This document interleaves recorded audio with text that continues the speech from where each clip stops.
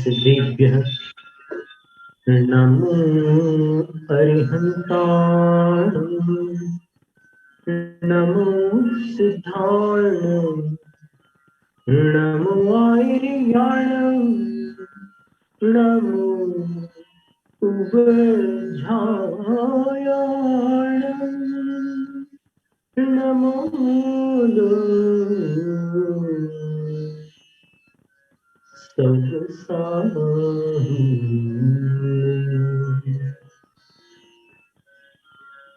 भक्तामर प्रणतमौलिमणिप्रभाणा द्योतकन्दलितपापतमोवितानम् सम्यक् प्रणम्य जिनपादयुगं युगादा वालम्बनं भवजले पतताञ्जनानाम् यः संस्तुतः सकलवाङ्मयतत्त्वबोधा दुद्भूतबुद्धिपटुभिः सुरलोकनाथैः स्तोत्रैर्जगत्त्रितयचित्तहरैरुदारैः स्तोष्ये किलाहमपि तं प्रथमञ्जिनीन्द्रम्।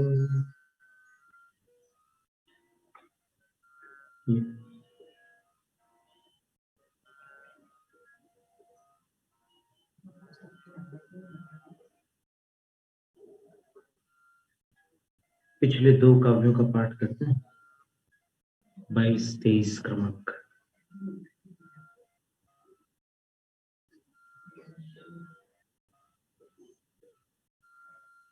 स्त्रीणां शतानि शतशो जनयन्ति पुत्रान्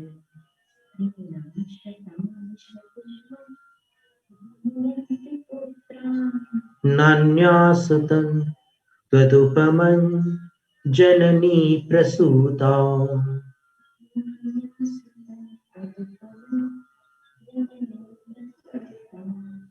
सर्वादिशो दधति भानि सहस्ररश्मिम्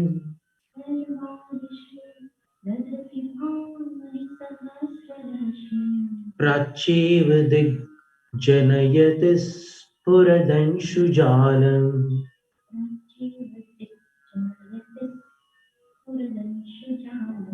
त्वां मामनन्ति मुनयः परमं पुमांस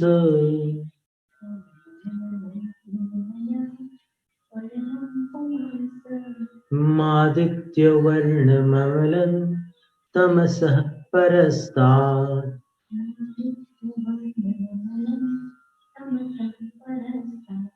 त्वामेव सम्यगुपलभ्य जयन्ति मृत्युम्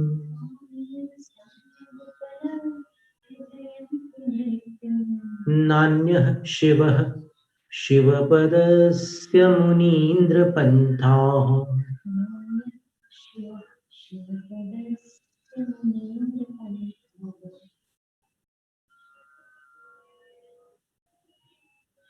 आज 24वां काव्य है।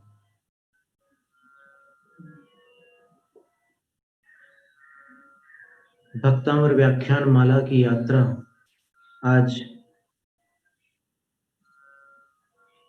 मध्य स्थान पर आ चुकी है। 48 में से आज 24वां काव्य है। त्वामव्ययं विभुमचिन्त्यमसंख्यमाद्यम् ब्रह्माण्डमीश्वरमनन्तमनङ्गकेतुम् योगीश्वरं विदितयोगमनेकमेकम् ज्ञानस्वरूपममलम् ज्ञानस्वरूप ईश्वराघात ज्ञानस्वरूपममलम् प्रवदन्ति सन्तः। इसमें प्रथम अनुस्वार जो है त्वामव्ययं विभुमचिन्त्य संवेदना जैसा उच्चारित करना है, व में मिलाना है, विभु के व में। त्वामव्ययं विभुमचिन्त्यम असंख्यमाद्यम्। फिर तीसरी पंक्ति का जो अनुस्वार योगीश्वरं विदित, बिल्कुल वैसा ही उच्चारित करना, योगीश्वरं विदित योगमनेकमेकम्। ज्ञान स्वरूप ममलम, यहां पर म जैसा उच्चारित करना। प्रवदन्ति संतः, एक बार हम गा के बता रहे हैं। त्वामव्ययं विभुमचिन्त्यमसंख्यमाद्यं ब्रह्माण्डमीश्वरमनन्तमनङ्गकेतुम्। ब्रह्मांड में ह पहले बोलना और बाद में म बोलना है। ब्रह्माण्डमीश्वरमनन्तमनङ्गकेतुम् योगीश्वरं विततयोगमनेकमेकम्, योगीश्वरं विदितयोगमनेकमेकम् ज्ञानस्वरूपममलं प्रवदन्ति सन्तः। अब आप लोग भी दोहराएंगे साथ में। त्वामव्ययं विभुमचिन्त्यमसंख्यमाद्यम्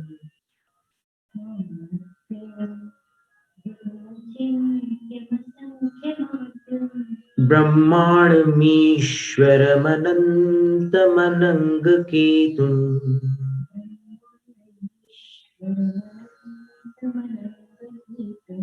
योगीश्वरं विदितयोगमनेकमेकम्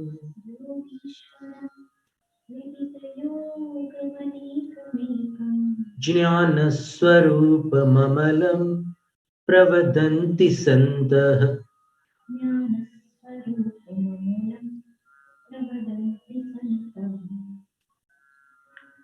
सन्तः त्वां प्रवदन्ति। संतः का अर्थ होता है सत्पुरुष। संतः त्वाम यानी आपको, प्रवदन्ति बुलाते हैं, पुकारते हैं। क्या कह करके पुकारते हैं? तो ये 15 नाम दिए आचार्य मानतुंग स्वामी ने इस काव्य में। पहला अव्यय, दूसरा विभु, तीसरा अचिंत्य, चौथा असंख्य, पांचवा आद्य, छठा ब्रह्मा, सातवां ईश्वर, आठवां अनंत, नौवां अनंग केतु, 10वां योगीश्वर, 11वां विदित योग, 12वां अनेक, 13वां एक, 14वां ज्ञान स्वरूप और 15वां नाम अमल है। इन 15 नामों से संत जन आपको प्रवदंती पुकारते हैं। इन 15 संज्ञाओं के अर्थ अपन देख लें। अव्यय, अव्यय का अर्थ क्या है? व्याकरण में अव्यय जो होता है वो एक ऐसा पद होता है, बल्कि जो एक शब्द होता है जो न तो कृदंत है, न तिङंत है, न तद्धित है, नहीं वो और किसी प्रकार अव्यय, उसका व्यय नहीं हो सकता। वो जैसा है वैसे ही रहेगा। जैसे किल है, खलु है, फिर नियतम है, ऐसे अनेक अव्यय होते हैं। तो व्याकरण वाले अव्यय भिन्न है। यहां पर भगवान को अव्यय कहा है, जिसका अभिप्राय ये है कि एक प्रक्रिया होती है दूध से घी निकालने की। वो आधुनिक यांत्रिक तकनीक से जो घी निकलता है वो नहीं। वो तो डेयरी में डायरेक्ट दूध से मक्खन निकलता है और फिर घी बना लिया जाता है, वो अलग है। लेकिन एक व्यवस्थित प्रक्रिया है जो पारंपरिक पद्धति है। उसमें क्या करते हैं? दूध में जामन डालते हैं और उसको दही बनाते हैं। दही को मथते हैं, अर्थात उसका मंथन करते हैं, उसकी जो भी प्रक्रिया है उस प्रक्रिया से करते हैं, और मंथन से उसमें से नवनीत निकलता है। नवनीत, नव यानी बिल्कुल फ्रेश, नया, नीत यानी निकाला गया, बिल्कुल नया निकाला हुआ मक्खन प्राप्त होता है, और उसको अग्नि पर तपाया जाता है। और अग्नि पर तपाने के उपरांत कुछ छटाई होती है, पूरा का पूरा मक्खन घी नहीं बनता, कुछ अंश अलग निकलता है, और फिर जब उसको फिल्टर करते हैं, छानते हैं या ऊपर से निथारते हैं, तब शुद्ध घी आता है। और वह घी मक्खन नहीं बन सकता, मक्खन नहीं बन सकता तो मक्खन भी वापस छाछ या दही नहीं बन सकता, दही भी वापस दूध नहीं बन सकता।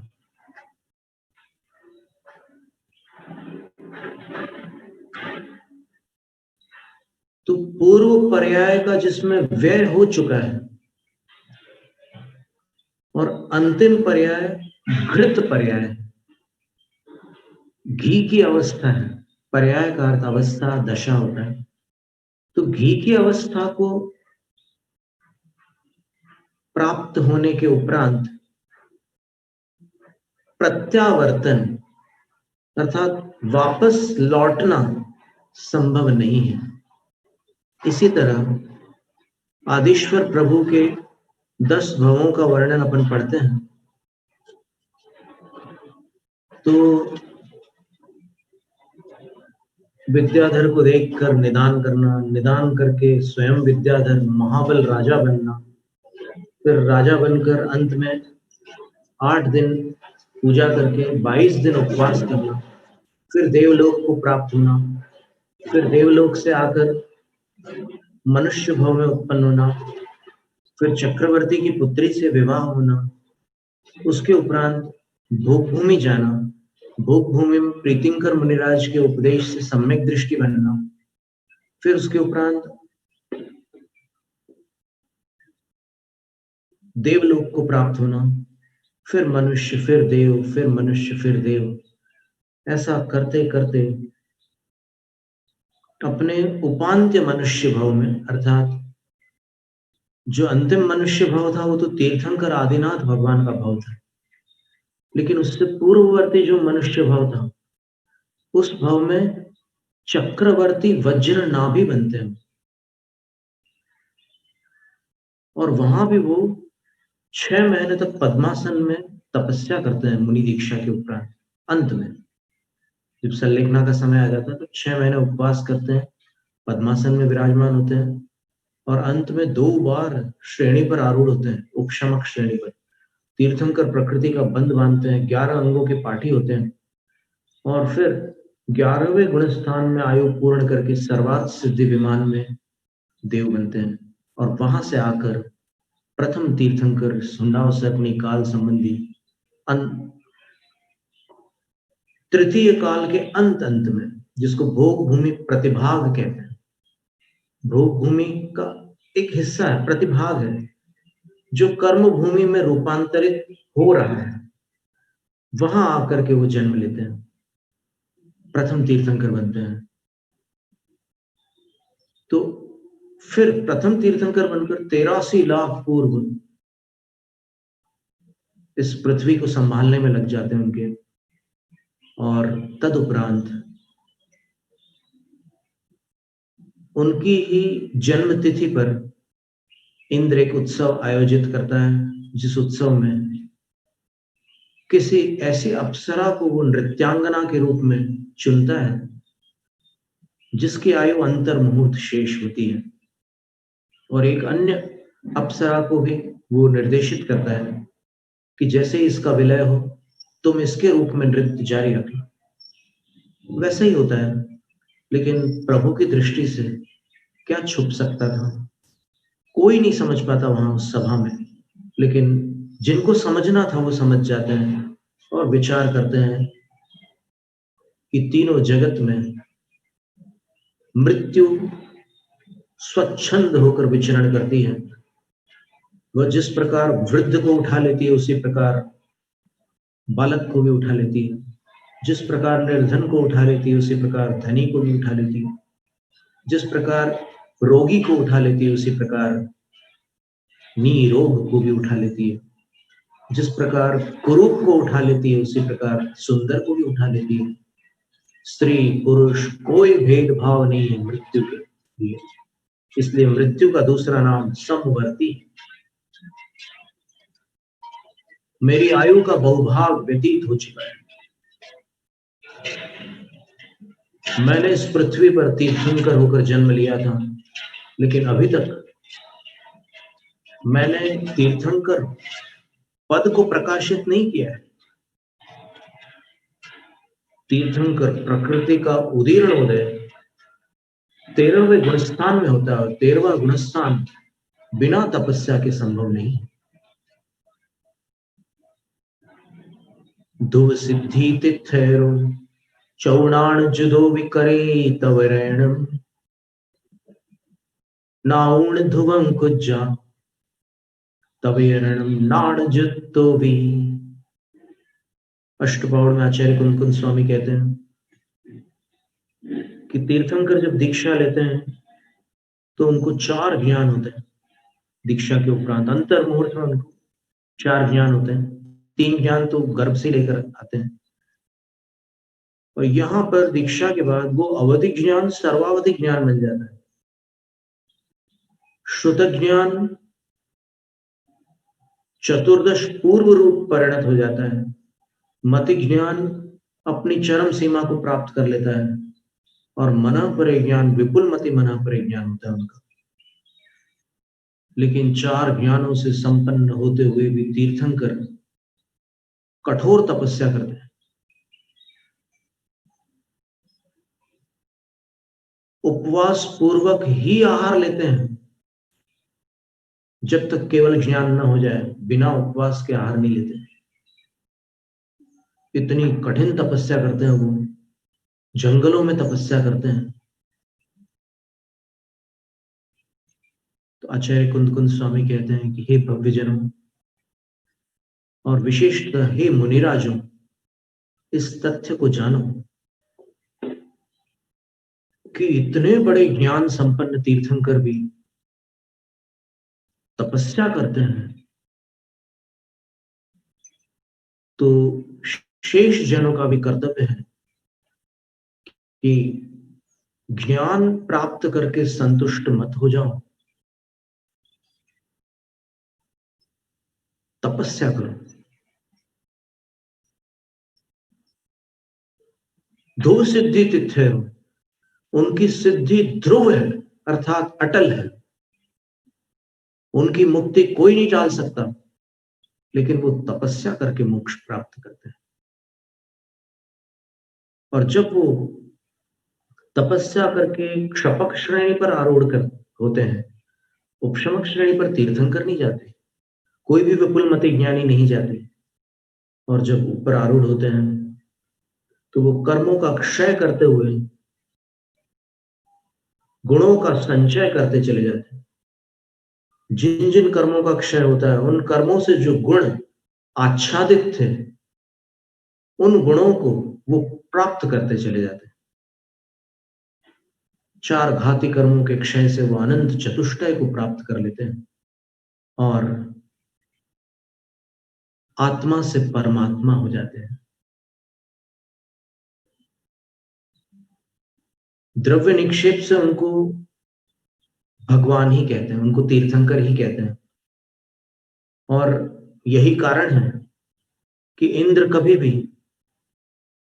सुमेरु पर्वत पर जन्माभिषेक के समय बालक का अभिषेक नहीं करता। आकृति में यद्यपि वे बालक हैं,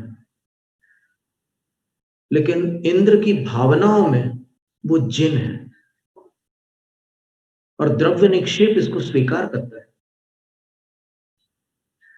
भावी नैगम नय, भावी प्रज्ञापन नय भी इस तथ्य को स्वीकार करते हैं कि ये तीर्थंकर है। यदि बालक का अभिषेक सुमेरु पर्वत पर होता तो फिर अन्य किसी का क्यों नहीं हुआ? तो तीर्थंकर का होता है। ये एक नए विभाग है जिन शासन में, इसको अपन समझ लें तो सारी बातें स्पष्ट हो जाती है। तो उनको शुरू से ही भगवान, तीर्थंकर इन शब्दों से पुकारा जाता है। सिद्धांततः देखें तो 13वें गुण स्थान में तीर्थंकर प्रकृति का उदयनोदय होता है। ठीक है, वो भी मान्य है, लेकिन वो इंद्र जो मान रहा है वो अमान्य नहीं है। उसका ज्ञान भी सम्यक ज्ञान है, उसका दर्शन भी सम्यक दर्शन है, और इंद्र 14 पूर्वों का पाठी है, साधारण ज्ञानी नहीं है, असाधारण ज्ञान से संपन्न है। तो वो जो कुछ कर रहा है बिल्कुल त्रुटि रहित है, आगम सम्मत है। तो अव्यय शब्द का अर्थ क्या होगा? इतना सब वर्णन हो गया। अव्यय का अर्थ, जैसे वो उदाहरण था दूध से घी प्राप्त करने की प्रक्रिया, उसी प्रकार ये प्रारंभ में दूध थे, अब जब वहां परमात्मा पद को प्राप्त हो चुके तो उस परमात्मा पद का कभी व्यय नहीं हो सकता। व्यय का एक अर्थ खर्च भी होता है, व्यय का दूसरा अर्थ विनाश भी होता है। उत्पाद व्यय द्रव्य, यहां पर व्यय का अर्थ खर्च नहीं है, विनाश है। तो अव्यय का अर्थ है भगवान अविनाशी है, उनका परमात्मा पद कभी समाप्त नहीं हो सकता, कभी नष्ट नहीं हो सकता। फिर विभु शब्द है, विभवति इति विभु। विभु शब्द का अर्थ होता है समर्थ, सक्षम।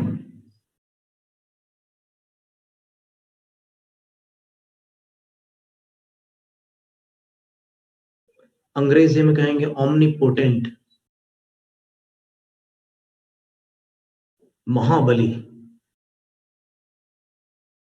सर्वसमर्थ, विभु। अचिंत्य, अचिंत्य का अर्थ होता है चिंतयितुम योग्य चिंत्य, न चिंत्य इति अचिंत्य।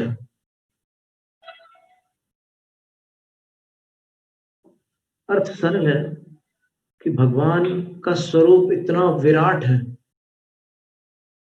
ऐसा अलौकिक है कि किसी के मन में इतनी क्षमता नहीं है कि वह परमात्मा का पूर्णतः चिंतन कर सके। शास्त्रों में कुछ वर्णन मिलता है परमात्मा का, कुछ पंक्तियां, कुछ शब्द मिलते हैं, उसके आधार पर एक सीमा तक चिंतन जा सकता है, लेकिन भगवान असीम है, और चूंकि भगवान असीम है और चिंतन सीमित है, इसलिए भगवान अचिंत्य है। इसके उपरांत असंख्य,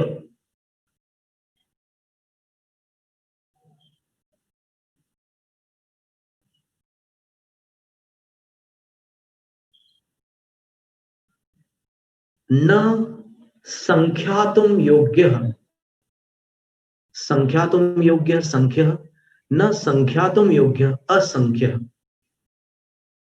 उनको संख्या में नहीं बांधा जा सकता, अथवा उनको वचनों में नहीं समेटा जा सकता, क्योंकि शब्द संख्यात होते हैं। और भगवान असंख्य इसलिए है क्योंकि वो शब्दों के गोचर नहीं है,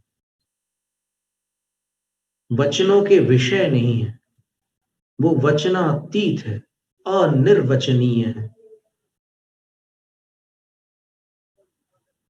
उनका वर्णन न करना ही उनका वर्णन है। वर्णन करते हैं तो वो सीमित हो जाते हैं, जबकि वो असीम है, तो इसलिए वो असंख्य है। फिर आद्य शब्द आया है, भगवान को संत जन आद्य कह करके पुकारते हैं। तो आद्य का अर्थ होता है आदौ भवः आद्यस्तम आद्यम, जो प्रारंभ में हुए थे। आदौ भवः का अर्थ होता है जो आदि में उत्पन्न हुए थे। आदि किसको कहेंगे? युग की आदि। युग कौन सा? ये 5 वर्ष वाला, या सनातन मान्यतावलंबियों के अनुसार 12 वर्ष वाला? नहीं, यहां पर युग का अर्थ है कृत युग। कृत युग उस युग को कहते हैं जिस काल में भोग भूमि समाप्त होती है, कर्म भूमि प्रारंभ होती है। तो वो जो कृत युग है, उसके प्रारंभ में आदिनाथ भगवान में थे। उस युगाद, आद्य का अर्थ होता है आदौ भव, और आदि का अर्थ है युग की आदि, और युग का अर्थ कृत युग है। युग की आदि, इस शब्द का प्रयोग आचार्य मानतुंग स्वामी पूर्व में कर चुके हैं। स्मरण कीजिए, वैसे आपको स्मृति में आ ही चुकी होगी ये बात। सम्यक प्रणम्य जिन पाद युगम युगादा। ये युगादा संधि होने से युगादा बन गया। वस्तुतः संधि विग्रह करो तो युगादौ ऐसा शब्द है। द में औ की मात्रा है, संधि में औ का आव बन जाता है। वालम बनम भव जले पततांजनाना। तो युग की आदि में भव यानी जो जन्मे थे वे आद्य कह रहा है। तो प्रथम काव्य में युगादौ शब्द था, उससे सूचना मिल रही थी कि ये 24 तीर्थंकरों में से प्रथम तीर्थंकर की ओर संकेत है। फिर द्वितीय काव्य में प्रथमं जिनेन्द्रम, ये 2 पद थे। तो प्रथमन शब्द क्रिया विशेषण न होकर के विशेषण था।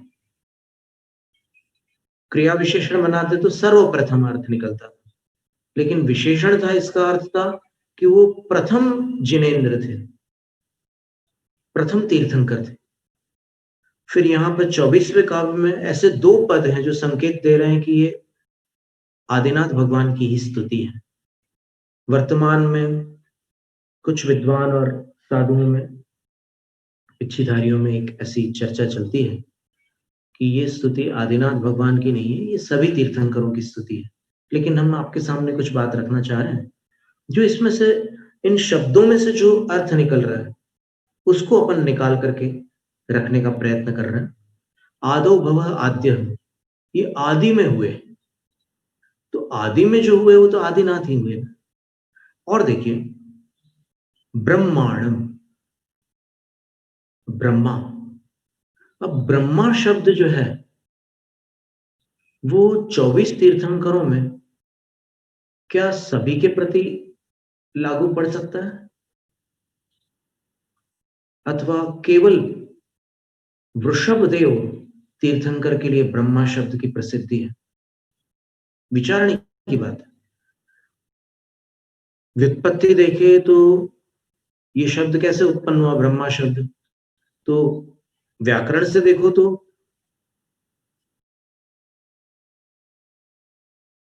बृंहति वृद्धिं प्राप्नोति अनंत ज्ञानादि गुणैः इति ब्रह्मा।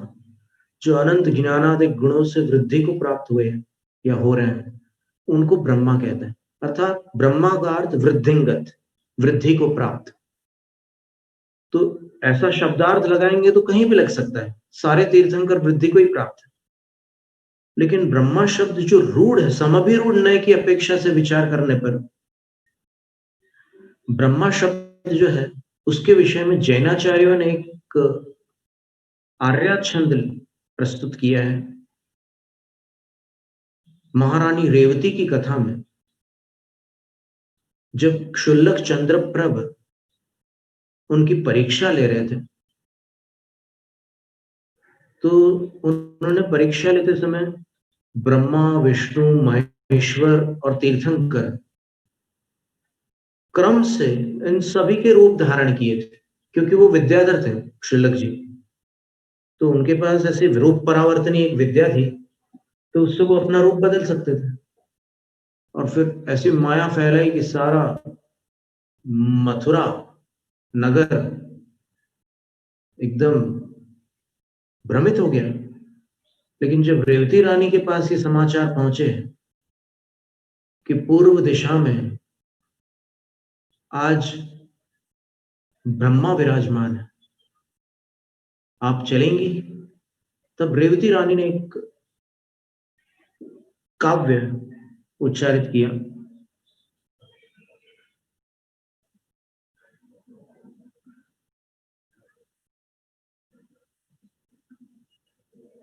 आत्मनि मोक्षे ज्ञाने वृत्ते ताते च भरतराजस्य ब्रह्मेति गीह प्रसिद्धा न चापरो विद्यते ब्रह्मा। रेवती रानी ने अपने जैनागम की बात प्रस्तुत की कि जैनागम के अनुसार ब्रह्म आत्मा को कहते हैं, ब्रह्म मोक्ष को भी कहते हैं, परम ब्रह्म। ब्रह्म ज्ञान को भी कहते हैं, ज्ञान ब्रह्म।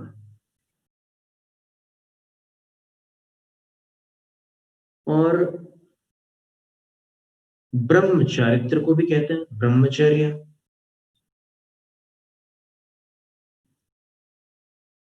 ये चार ब्रह्म शब्द के वाचक हो गए। और पांचवे जो हैं वो है ताते च भरत राजस्य। भरत राजा के तात अर्थात पिताश्री भी ब्रह्मा थे। तो ब्रह्मेति गीह एतेषु प्रसिद्धा, इन पांच अर्थों में ही ब्रह्मा शब्द या ब्रह्म शब्द, नपुंसक लिंग में ब्रह्म हो जाता है और पुल्लिंग में ब्रह्मा हो जाता है। लिंग भेद है, शब्द भेद नहीं है, शब्द वही है। तो रेवती रानी कह रही है कि इन पांच अर्थों में ही ब्रह्म शब्द का प्रयोग है, तो अपरः ब्रह्मा न विद्यते, कोई छठा ब्रह्मा नहीं हो सकता। तो अब यहां पर ताते च भरत राजस्य, इन पांच अर्थों में से आप कौन सा अर्थ लेंगे? यहां आत्मा अर्थ ले सकते हैं? नहीं ले सकते। मोक्ष अर्थ ले सकते हैं? नहीं ले सकते, क्योंकि आदिनाथ भगवान तो वे अरिहंत है, सिद्ध नहीं है। मोक्ष तो सिद्ध अवस्था होती है। फिर ज्ञान अर्थ ले सकते हैं? नहीं, अभी तो भगवान की चर्चा चल रही है। ज्ञान तो उनका एक गुण है, अभी तो भगवान की चर्चा, साक्षात द्रव्य की चर्चा है। और वो भी द्रव्य पर्याय युक्त द्रव्य, तीर्थंकर पर्याय से युक्त जीव द्रव्य की चर्चा है। तो ज्ञान भी नहीं ले सकते। वृत्ते चारित्र ले सकते हैं? नहीं, क्योंकि चारित्र भी एक गुण है। जब इन चारों को नहीं ले सकते तब किन को लेंगे? ताते च भरत राजस्य, भरत राजा के तात को ही लेना होगा। और वो कौन थे? आदिनाथ भगवान। तो ये भी एक संज्ञा है भगवान की, ब्रह्मा। ब्रह्मांडम जो है द्वितीया के एक वचन का रूप है, विभक्ति लगी हुई है, तो रूप चलाते हैं तो ब्रह्मांडम रूप बनता है। तो उसमें कोई बात नहीं है, ब्रह्मा ही है। अभिप्राय उसका यही है कि आपको ब्रह्मा कहते हैं कौन? संत, संत जन। और इसके उपरांत जो शब्द आया है वो ईश्वर, संधि विग्रह करेंगे तो ईश्वर शब्द निकलेगा। ईश्वर का अर्थ क्या होता है? इष्टे इति ईश्वर, जो ऐश्वर्य संपन्न हो उनको ईश्वर कहते हैं। अब कौन सा ऐश्वर्य? तो दो प्रकार का ऐश्वर्य होता है, एक बाह्य ऐश्वर्य और एक आभ्यंतर ऐश्वर्य। तो बाह्य ऐश्वर्य क्या था आदिनाथ भगवान का? तो सारा समवसरण का वैभव, भले ही भगवान उस वैभव का स्पर्श भी नहीं करते, लेकिन वैभव भगवान का होता है, क्योंकि उनके ही तीर्थंकर प्रकृति नामक पुण्य के उदय से वो वैभव उनके चरणों में बिछा होता है, अन्यत्र नहीं होता वो वैभव। इसलिए वो वैभव भगवान का वैभव होता है। तो बाह्य वैभव हो गया। अंतरंग वैभव क्या है? अंतरंग वैभव उनका जो अनंत चतुष्टय है वो है अनंत ज्ञान, अनंत दर्शन, अनंत सुख और अनंत शक्ति, जिसको अनंत वीर्य कहते हैं। ईश्वर हो गया। फिर अनंत, एक संज्ञा उनकी अनंत भी है। अनंत क्यों? क्योंकि ये जो चतुष्टय है, चारों में अनंत जुड़ा हुआ है। उनका ज्ञान भी अनंत है, उनका दर्शन भी अनंत है, उनका सुख भी अनंत है, उनका बल भी अनंत है, इसलिए वो स्वयं अनंत कहलाते हैं। इसके उपरांत जो विशेषण है, जो संज्ञा है, वो है अनंग केतु। भगवान को अनंग केतु कहते हैं। अनंग का अर्थ होता है काम, अंग्रेजी में जिसको क्यूपिड कहते हैं, सिद्धांत की भाषा में जिसको वेद कहते हैं,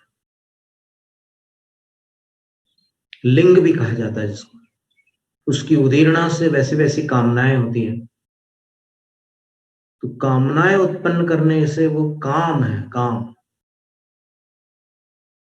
विषय सुख की कामना उत्पन्न करने वाला यह अनंग कामदेव के नाम से जाना जाता है। उसके लिए केतु, केतु शब्द जो है ना, वो मूल शब्द का संक्षिप्त रूप है। मूल शब्द है धूमकेतु। धूमकेतु का अर्थ है अग्नि।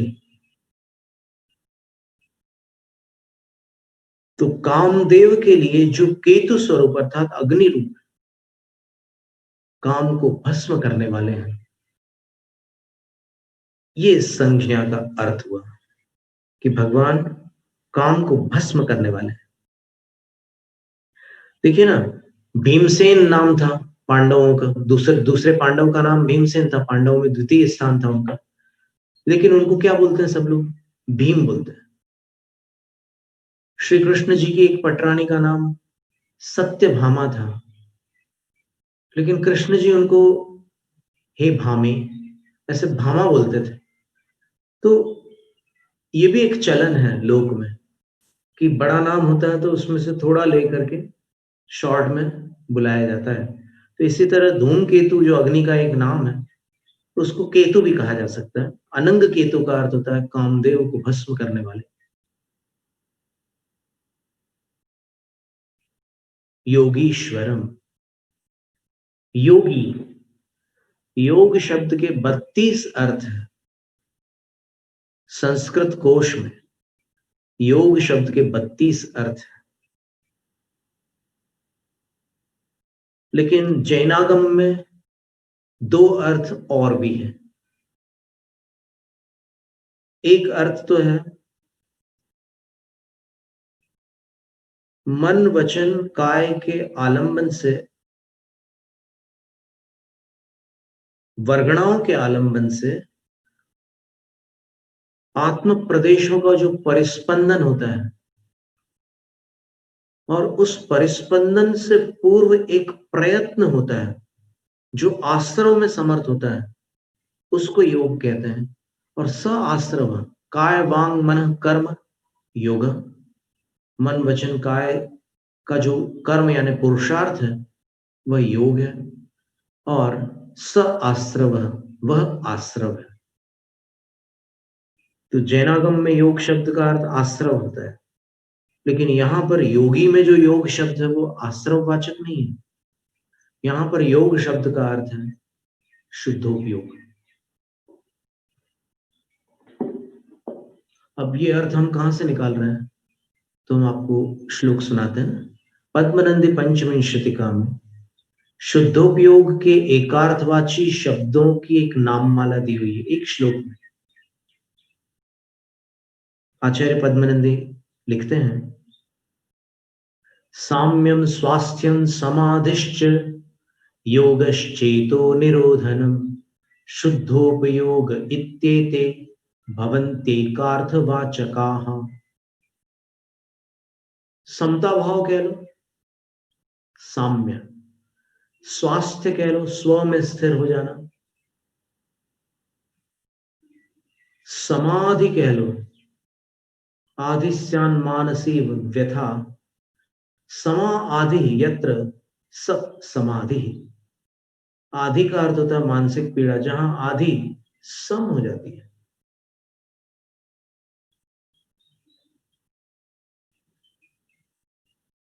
दुख से ऊपर उठ जाती है। सम आधि, न सुख न दुख, निर्विकल्प अवस्था हो गई, उसका नाम समाधि है। फिर इसके उपरांत कहा योग। योग का भी अर्थ वही है, आत्मा जब अपने अंतरंग परमात्मा से मिलता है, उस मिलन को योग कहते हैं। योग का अर्थ मिलन भी होता है। तो आत्मा का परमात्मा से मिलन योग है, और वो केवल समाधि अवस्था में ही संभव है, शुद्धोपयोग में ही संभव है। तो योग भी शुद्धोपयोग का एकार्थवाचक शब्द। साम्य, स्वास्थ्य, समाधि, योग और चेतो निरोधनम, एकाग्र चिंता निरोधो ध्यान में, अर्थात ध्यान भी उसी का एकार्थवाचक शब्द जिसको शुद्धोपयोग कहा जा रहा है।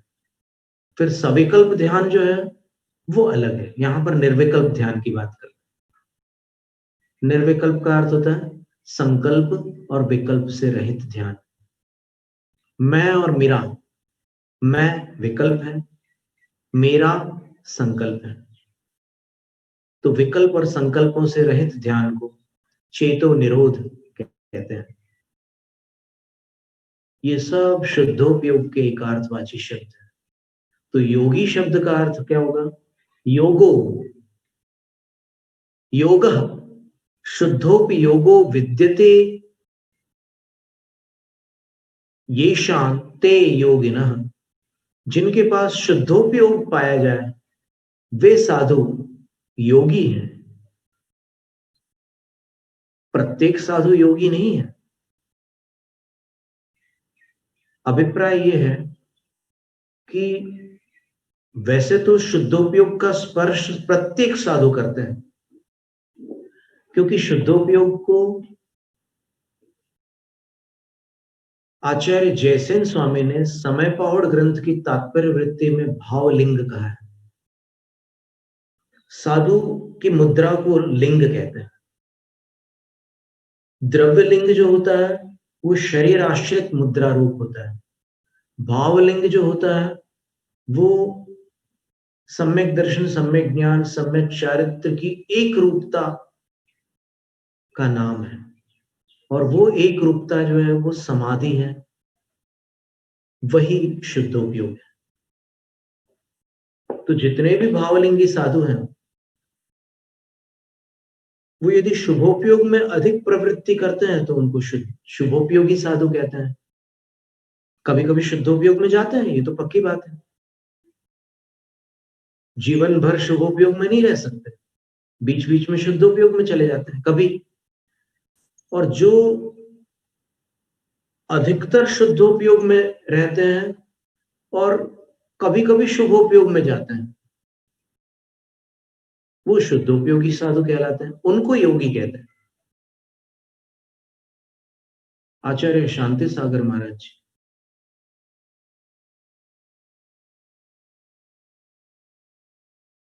उनके कई ऐसे उदाहरण मिलते हैं। वो ध्यान प्रेमी साधु थे, और वास्तव में शुद्धोपयोगी साधु ध्यान प्रेमी ही होंगे ना, क्योंकि ध्यानावस्था में ही शुद्धोपयोग होगा, प्रवृत्ति में तो नहीं होगा, निवृत्ति में होगा, गुप्तियों में होगा, समितियों में नहीं होगा। तो ऐसे साधु को योगी कहते हैं। और उन योगियों के ईश्वर, यहां पर ईश्वर शब्द का अर्थ होता है उनके ध्येय, उनके परमात्मा आदिनाथ भगवान थे। क्योंकि शुद्धोपयोग में केवल आत्मा का ध्यान करते हो ऐसा नहीं है, शुद्धोपयोग में परमात्मा का भी ध्यान किया जाता है। शुद्धोपयोग की शर्त केवल इतनी है कि ध्यान करते समय आपको राग और द्वेष से बाहर रहना है, राग द्वेष के भीतर नहीं जाना है, इसका नाम शुद्धोपयोग है। वो ध्यान स्व का हो या पर का हो, अपनी आत्मा का हो या परमात्मा का हो, कोई आपत्ति नहीं है। यहां पर कुछ श्रोता प्रश्न कर सकते हैं कि ये बात समझ में नहीं आ रही है, क्योंकि अभी तक हमने जो सुना है, पढ़ा है, वो तो ये है कि आत्म परिणति होती है शुद्धोपयोग में, पर परिणति नहीं होती। तो फिर वो पर का ध्यान कैसे कर सकते हैं? इसका समाधान सुन लीजिए, सावधान होकर सुनिएगा कि पर का ध्यान करने से पर परिणति होती है, इस धारणा को संशोधित करना होगा। पर का ध्यान करते हुए राग द्वेष करने से पर परिणति होती है, क्योंकि पर परिणति का अर्थ होता है अपने स्वभाव से बाहर निकल करके परिणमन करना, और स्वभाव से बाहर निकलना तभी संभव है जब अपन कषाय करेंगे, और कषाय का ही दूसरा नाम राग द्वेष है। तो किसी वस्तु का ध्यान मात्र करने से पर परिणति नहीं होती, कषाय रूप परिणत होने से पर परिणति होती है। इसकी सिद्धि हम आगम के कार्यक्रमों से आपके समक्ष करेंगे, आप निश्चिंत रहिए। और पर का ध्यान करते हुए भी अगर आप कषाय नहीं करते तो वो आपकी आत्म परिणति ही रहेगी, उसको आत्म ध्यान ही कहेंगे, क्योंकि आत्मनि स्वभावे ध्यानम, आत्मा शब्द के 10 अर्थ हैं। तत्वसार ग्रंथ की टीका में 4849वीं कारिका की व्याख्या में टीकाकार आचार्य परमेश जी ने यही बताया कि आत्मा शब्द के अनेक अर्थ हैं, 10 अर्थ उन्होंने बताया वहां पर, तो उसमें से एक अर्थ स्वभाव भी है। तो आत्म ध्यान का अर्थ आत्मा, अपने आत्म द्रव्य का ध्यान नहीं है, आत्मा में रहते हुए ध्यान करना, अर्थात अपने स्वभाव में निष्कषाय वीतराग भाव में रहकर ध्यान करना, आत्म ध्यान। ध्येय वस्तु कोई भी हो सकती है, ध्येय वस्तु ही आत्मा हो और उस ध्यान को ही आत्म ध्येय कहेंगे, ये भ्रम निकाल देना। अब इसके लिए आगम प्रमाण क्या है वो भी आप सुनिएगा, अभी सब्र रखिए, ज्यादा उतावली कभी कभी हानिकारक होती है। तो अब हम आपके सामने 2-3 बातें रखते हैं। सबसे पहले तो आपने द्रव्य संग्रह पढ़ा होगा। द्रव्य संग्रह में एक गाथा आती है ध्यान के बारे में। उस गाथा में क्या लिखा है? जं किंचि विचिन्तन्तु निरीह वित्ति हवे जदा साहु लद्धूणय एयत्तं तदाहुतं तस्य निश्चयं झाणम। इस गाथा का अर्थ है, जदा साहु निरीह वित्ति हवे, जब साधु राग द्वेष से रहित हो जाते हैं, तब जम किंच भी चिंतन, तो जिस किसी भी चीज का चिंतन ध्यान करते हो, लद्धुण जब रत्नत्रय के एकत्व को प्राप्त कर लेते हैं, तो रत्नत्रय की एक रूपता को प्राप्त करके अर्थात अभेद रत्नत्रय में जाकर शुद्धोपयोगी होकर जब वो स्थित होते हैं, तदा उत्तम तस्य निश्चयम जान, उस समय उनका वह ध्यान निश्चय ध्यान होता है, अर्थात शुद्धोपयोग होता है। अब आप ये कैसे निर्णय करेंगे कि वो आत्मा का ही ध्यान कर रहे हैं? वो स्वभाव में रहते हुए ध्यान कर रहे हैं। आत्म ध्यान का अर्थ आत्मनः ध्यानम नहीं है, आत्मनि सति ध्यानम, स्वभाव में रहकर ध्यान करने का नाम आत्म ध्यान। ये एक गाथा हुई। अब आप और भी कुछ प्रमाण चाहते हैं कि परमात्मा बनने की प्रक्रिया कैसी है, तो आपने तो यही सुना है कि नहीं, अगर आत्मा में अपना ध्यान अंतर्मुहूर्त स्थित हो जाए, अगर चंचल ना हो मन, तो घाती कर्म भस्म हो जाएंगे और केवल ज्ञान प्राप्त हो जाएगा। पर आत्मा में का अर्थ यहाँ पर स्वभाव में है। निष्कषाय रहते हुए अगर ध्यान कर ले तो वो काम हो जाएगा। इसके लिए हम आपको एक श्लोक सुनाते हैं, और बड़े ही महान शीर्षस्थ दिगंबर आचार्य द्वारा प्रणीत वो श्लोक जो सर्वमान्य है। दिगंबर जैन शासन में कोई परंपरा उनके वचनों को अमान्य नहीं करती। ऐसे आचार्य के श्लोक को हम आपके समक्ष रख रहे हैं कि परमात्मा का ध्यान करके भी आत्मा परमात्मा हो जाती है, ऐसा श्लोक।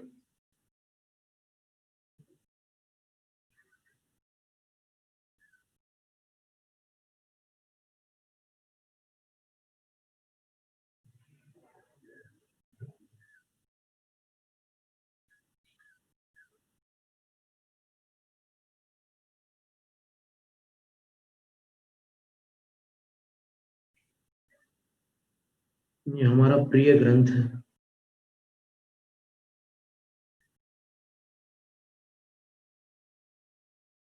आचार्य परमेष्ठी का नाम बता देते हैं।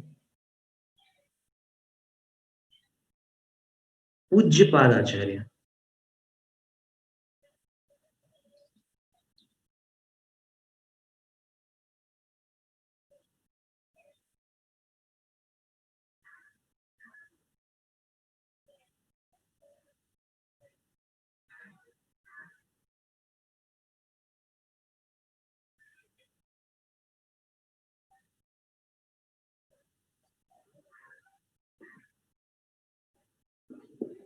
भिन्नात्मानमुपास्यात्मा परो भवति तादृशः, वर्तिर्दीपं यथोपास्य भिन्ना भवति तादृशी।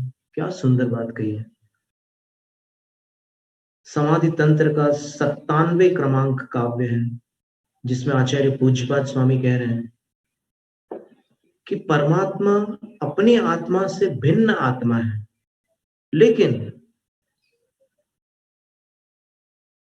आत्मा भिन्न आत्मानम उपास्य, अपनी आत्मा अपने से भिन्न आत्मा अर्थात परमात्मा की उपासना करके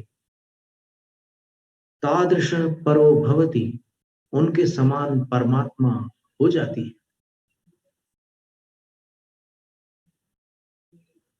और उदाहरण दिया यथा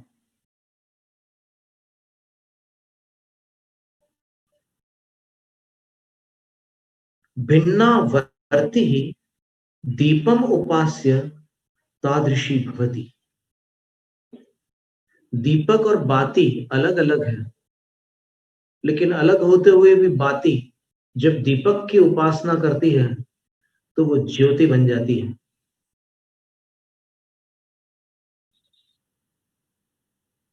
तो रहस्य इसका यही है, सार इसका यही है कि ध्यान किसी का भी करो, निष्कषाय होकर वीतराग होकर ध्यान करो, तो परमात्मा पद अवश्यम भावी है। फिर इसके बाद वाली कारिका में आचार्य कहते हैं उपास्यात्मानमेवात्मा जायते परमोऽथवा मथित्वात्मानमात्मैव जायते निर्यथा तरुः। अथवा ये दूसरा विकल्प दे रहे हैं। पहला तो उन्होंने यही बताया कि परमात्मा का ध्यान करके आत्मा परमात्मा होती है, अथवा आत्मानम एव उपास्य आत्मा परमो जायते, आत्मा की ही उपासना करके आत्मा परमात्मा हो जाती है। ये दूसरा भेद है, विकल्प है। तो दोनों बातें हुई कि नहीं, आगम सम्मत हुई कि नहीं। इसलिए आत्म ध्यान शब्द का अर्थ आप उचित रूप से घटित करोगे तभी वो इन दोनों कारिकाओं से अबाधित अर्थ का प्रतिपादक होगा। अगर आप आत्म ध्यान का अर्थ आत्मा का ध्यान ही मानोगे तो यहां आचार्य कह रहे हैं कि परमात्मा के ध्यान से भी परमात्मा बना जाता है। तो आचार्य के वचन बाधित होंगे अपनी धारणा से। ये सच है कि आत्मन ध्यानम आत्म ध्यानम ऐसा षष्ठी तत्पुरुष समास बनाया जा सकता है व्याकरण में, लेकिन इस प्रसंग में क्या वो अर्थ इष्ट है, उचित है? तो नहीं। इस प्रसंग में दूसरा अर्थ उचित है कि आप आत्मा का शब्द अपना जीव न लेकर के आत्मा का अर्थ आप अपना स्वभाव लीजिए। अपना स्वभाव क्या है? वीतरागता। कषाय विकारी भाव है, विभाव है, स्वभाव नहीं है। तो अपने स्वभाव में रहकर, वीतराग भाव में रहकर ध्यान लगाने से परमात्मा पद आता है। और ध्यान आप परमात्मा का लगाओ, किसी का भी लगाओ। यहां दो विकल्प दिए हैं क्योंकि अध्यात्म ग्रंथ है। अध्यात्म में आत्मा और परमात्मा दो को ग्रहण किया जाता है। वस्तुतः परमात्मा भी आत्मा का ही उत्कृष्ट रूप है। तो अध्यात्म आत्म प्रधान होता है। लेकिन आप उधर द्रव्य संग्रह में देखिए, जमकिंची भी चिंतन, जमकिंची भी का क्या अर्थ करोगे? जिस किसी भी वस्तु का ध्यान करते हुए साधु अगर वीतराग अवस्था में चले जाते हैं तो वो उनका शुद्धोपयोग हो जाता है, और शुद्धोपयोग का फल केवल ज्ञान है। कैसे? मूल बात यही है कि राग द्वेष से रहित होकर, इतना ध्यान रखना है। मिथ्यात्व को तो बहुत पीछे छोड़कर आ चुके हैं। अब जो राग द्वेष बचे हैं उनसे रहित होकर ध्यान करने पर ही उसकी प्राप्ति होगी। तो इस तरह अपन ने देखा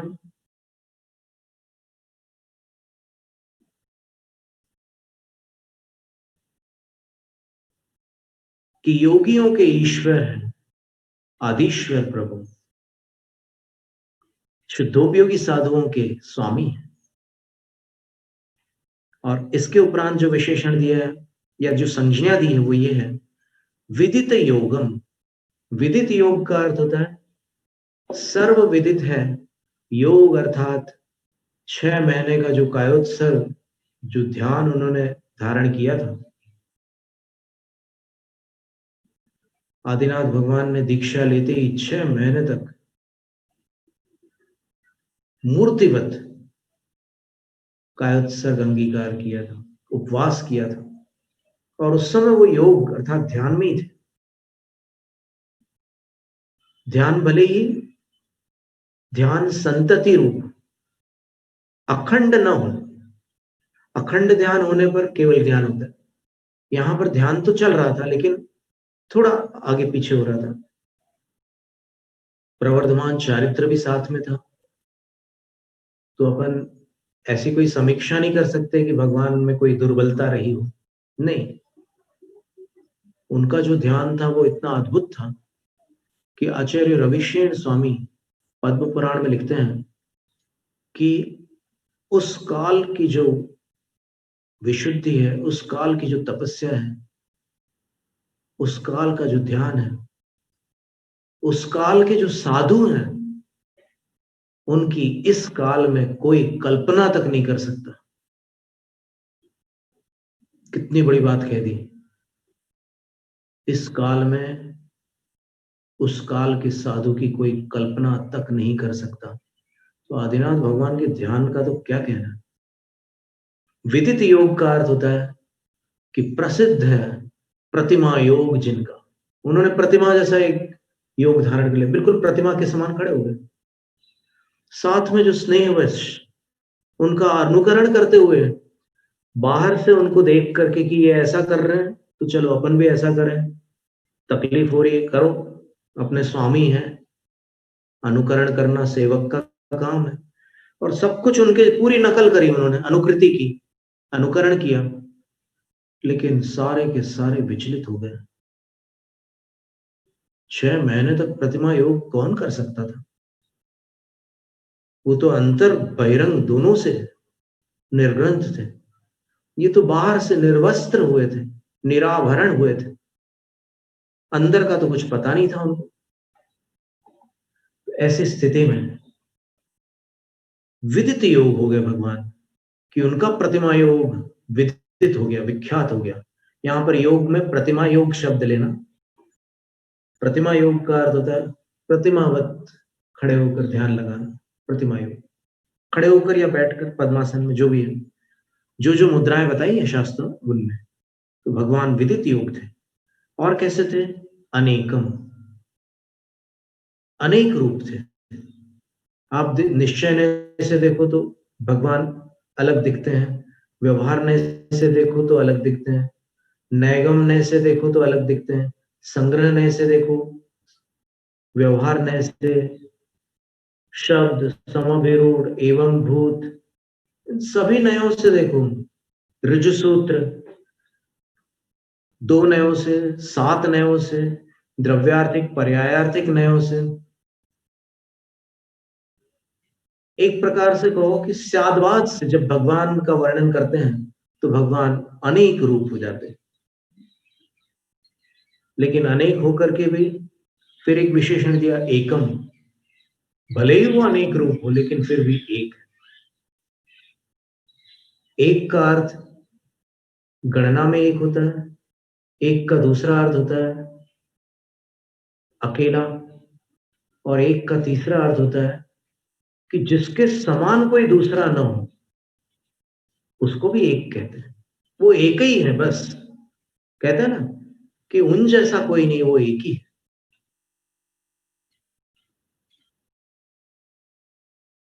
तो भगवान आदिनाथ ऐसे एक थे। और अनेक को अगर अपन इतने सारे नयों से अपन वर्णन कर रहे थे, अगर अपन अनेकांत स्वरूप का विचार करें तो अनेकांत स्वरूप से भी भगवान अनेक रूप थे। तो अनेकांत क्या होता है? अनेकांत शब्द आपने सबने सुना होगा, स्याद्वाद और अनेकांत बड़े प्रसिद्ध शब्द हैं, लेकिन इनके अर्थ समझने जाते हैं तो फिर सिर भारी होने लग जाता है, इनका वर्णन थोड़ा कठिन कठिन सा लगता है। तो अनेकांत का अर्थ होता है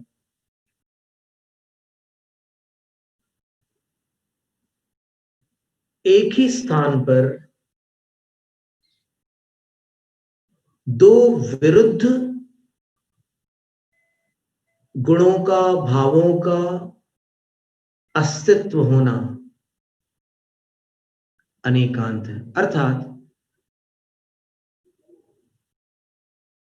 एक ही द्रव्य है, लेकिन उस एक द्रव्य में ऐसे अनेक धर्म हैं जो परस्पर विरुद्ध हैं।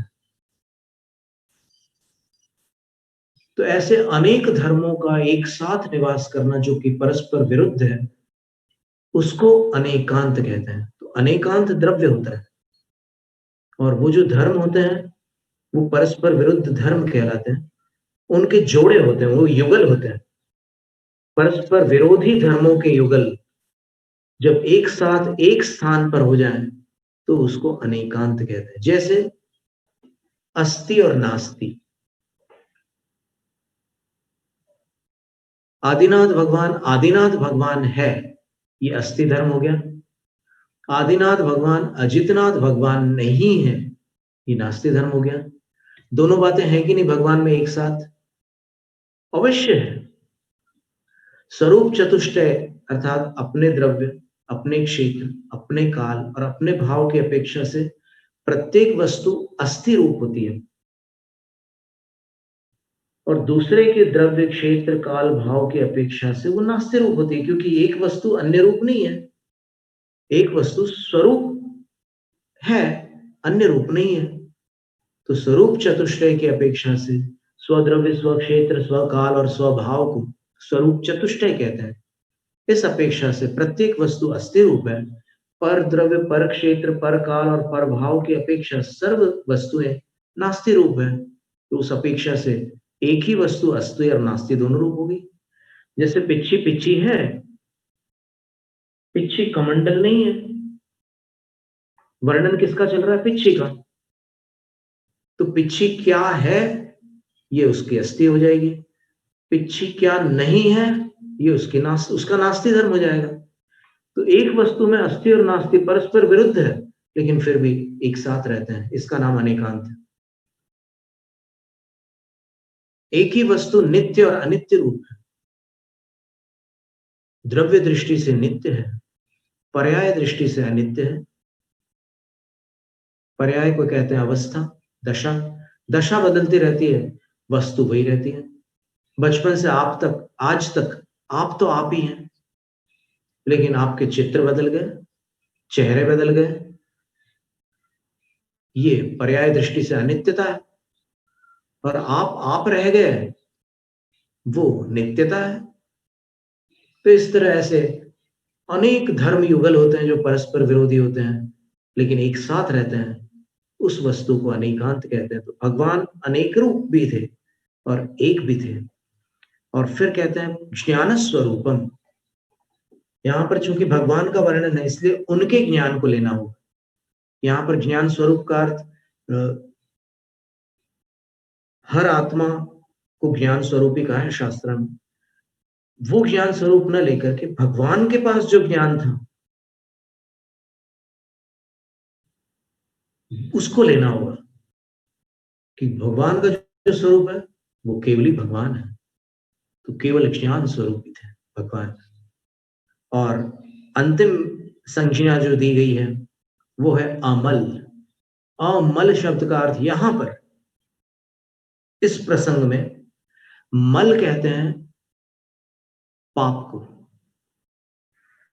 तो जिन्होंने पापों का क्षय कर दिया था, ऐसे आदिनाथ भगवान पाप रहित होने के कारण अमल थे। घाती कर्म चारों के चारों पाप रूप होते हैं, चारों का उन्होंने क्षय कर दिया, इसलिए भगवान अमल। तो आपको हे भगवान संत जन इन 15 संज्ञाओं से पुकारते हैं, और ये सारी संज्ञाएं अनवर्थ है, अर्थ का अनुकरण करती है, इसलिए अनवर्थ है। अनु प्लस अर्थ, अनु में अर्थ को जोड़ दो तो अनवर्थ शब्द बनता है। तो भगवान की संज्ञाएं अनवर्थ है, अर्थ का अनुकरण करती है। कईयों की संज्ञाएं जो होती है केवल नाम मात्र होती है, अर्थ का अनुकरण नहीं करती। करोड़ी मल किसी का नाम, पुराने नाम होते थे इस प्रकार के, छदामी लाल, करोड़ी मल। छदामी लाल करोड़पति है और करोड़ी मल के पास एक छदाम भी नहीं है, गरीब आदमी है। गोरेलाल किसी का नाम है और एकदम काले शरीर वाले हैं। किसी का नाम कल्लू है लेकिन वो दिखने में काला नहीं है, नाम मात्र है वो। तो यहाँ पर भगवान नाम मात्र नहीं थे, इन 15 संज्ञाओं को अनवर्थ संज्ञा के रूप में धारण करने वाले थे। इस तरह ये 24वें काव्य का अर्थ था। इसका पद्यानुवाद देख लेते हैं।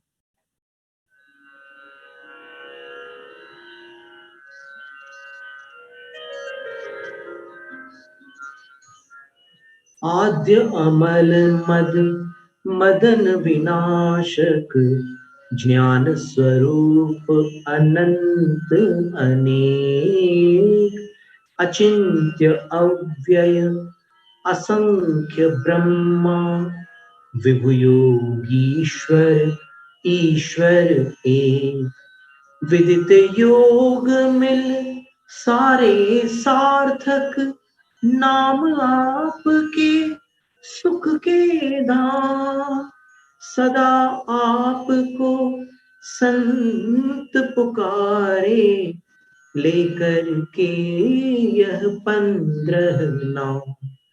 जय जय आदिश्वर स्वामी, घट घट के अंतर्यामी। जय जय आदिश्वर स्वामी, शिवपथ गामी जगुनामी। जैनम जयतु शास्त्रम।